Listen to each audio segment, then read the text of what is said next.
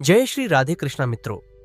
मनुष्य जीवन में जब भी दुख आता है, जब भी मन टूटता है, जब भी समझ नहीं आता कि क्या सही है और क्या गलत, तब एक ही ग्रंथ ऐसा है जो बिना डांटे, बिना डराए, बहुत शांति से हमें जीवन का सत्य समझाता है, और वह है श्रीमद् भगवद गीता। गीता कोई साधारण पुस्तक नहीं है। गीता जीवन को समझने का दृष्टिकोण है। गीता हमें यह सिखाती है कि दुख में कैसे स्थिर रहना है, सुख में कैसे संतुलित रहना है, और कर्म करते हुए ईश्वर पर विश्वास कैसे बनाए रखना है।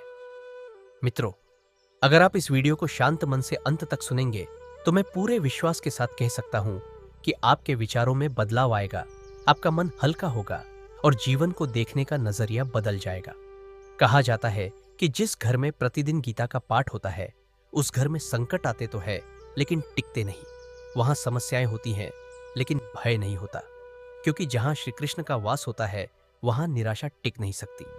मित्रों, महाभारत का युद्ध केवल दो सेनाओं का युद्ध नहीं था, वह हर मनुष्य के जीवन का प्रतीक था। कुरुक्षेत्र का मैदान आज भी हमारे जीवन में है। जब हम अपने ही लोगों से, अपने ही विचारों से, अपने ही डर से लड़ते हैं, वही हमारा कुरुक्षेत्र बन जाता है। जब अर्जुन ने युद्ध भूमि में अपने सामने अपने ही भाई बंधुओं को, अपने गुरुओं को, अपने प्रियजनों को खड़ा देखा तो उसका मन टूट गया, उसका शरीर कांपने लगा, गांडीव धनुष हाथ से फिसलने लगा। वह श्री कृष्ण से कहता है, हे केशव, मैं यह युद्ध नहीं कर सकता। मैं अपने ही लोगों को कैसे मारूं? गुरु और पितामह मेरे पूज्य है, इनको मारकर मुझे क्या सुख मिलेगा? मेरा मन भ्रमित हो गया है, मेरी बुद्धि काम नहीं कर रही, मैं निर्णय नहीं ले पा रहा। हे कृष्ण, मेरा मार्गदर्शन कीजिए। तब भगवान श्री कृष्ण बहुत शांत स्वर में अर्जुन से कहते हैं, हे अर्जुन, तुम ज्ञान की बातें तो कर रहे हो, लेकिन तुम्हारा शोक अज्ञान से पैदा हुआ है। जो ज्ञानी होता है वह न जीवित के लिए शोक करता है और न मृत के लिए। श्री कृष्ण कहते हैं, आत्मा न जन्म लेती है न मरती है, शरीर नष्ट होता है, आत्मा नहीं। जैसे मनुष्य पुराने वस्त्र त्याग कर नए वस्त्र धारण करता है, वैसे ही आत्मा पुराने शरीर को छोड़कर नया शरीर धारण करती है। मित्रों, आज हमारी सबसे बड़ी समस्या यही है कि हम शरीर को ही सब कुछ मान लेते हैं। हम शरीर की हानि से दुखी हो जाते हैं, अपमान से टूट जाते हैं, भविष्य की चिंता में वर्तमान को खो देते हैं। श्री कृष्ण अर्जुन से कहते हैं, कर्म करना तुम्हारा अधिकार है, फल की चिंता मत करो। फल की आसक्ति ही मनुष्य को दुखी करती है। आज हम सब कर्म कम करते हैं और चिंता ज्यादा करते हैं। गीता हमें सिखाती है कि जो हुआ है वह अच्छे के लिए हुआ है, जो हो रहा है वह भी अच्छे के लिए हो रहा है, और जो होगा वह भी अच्छे के लिए ही होगा। मित्रों, मनुष्य का सबसे बड़ा शत्रु उसका मन है।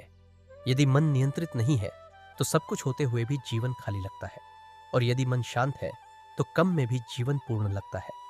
श्री कृष्ण कहते हैं, मन ही बंधन का कारण है और मन ही मोक्ष का द्वार है। जो मन को जीत लेता है वही संसार को जीत लेता है। सुख और दुख जीवन का हिस्सा है।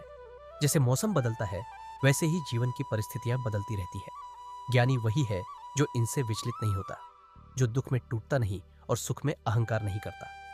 मित्रों, हमारे दुख का सबसे बड़ा कारण है आसक्ति।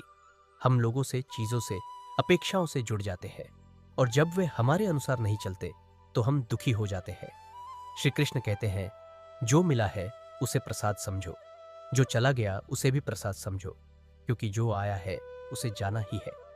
भगवान कहते हैं, जो मुझे श्रद्धा से भजता है मैं उसकी चिंता स्वयं करता हूं, उसे कभी अकेला नहीं छोड़ता। मित्रों, भक्ति का अर्थ केवल पूजा नहीं है।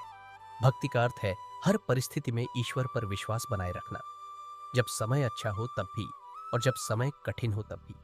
हम सब अपने अपने जीवन में अर्जुन हैं, और हमें हर दिन अपने श्री कृष्ण को सारथी बनाना होता है। जब मन विचलित हो तब गीता याद रखिए, जब निर्णय कठिन हो तब श्री कृष्ण को याद करिए। जो व्यक्ति सुख दुख, मान अपमान, लाभ हानि में समान रहता है वही श्री कृष्ण को प्रिय है।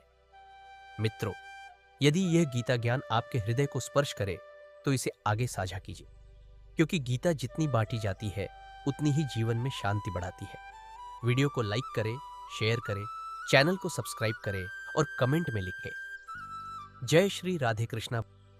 भगवान श्री कृष्ण आप सभी के जीवन में शांति, प्रेम और प्रकाश बनाए रखें। राधे राधे।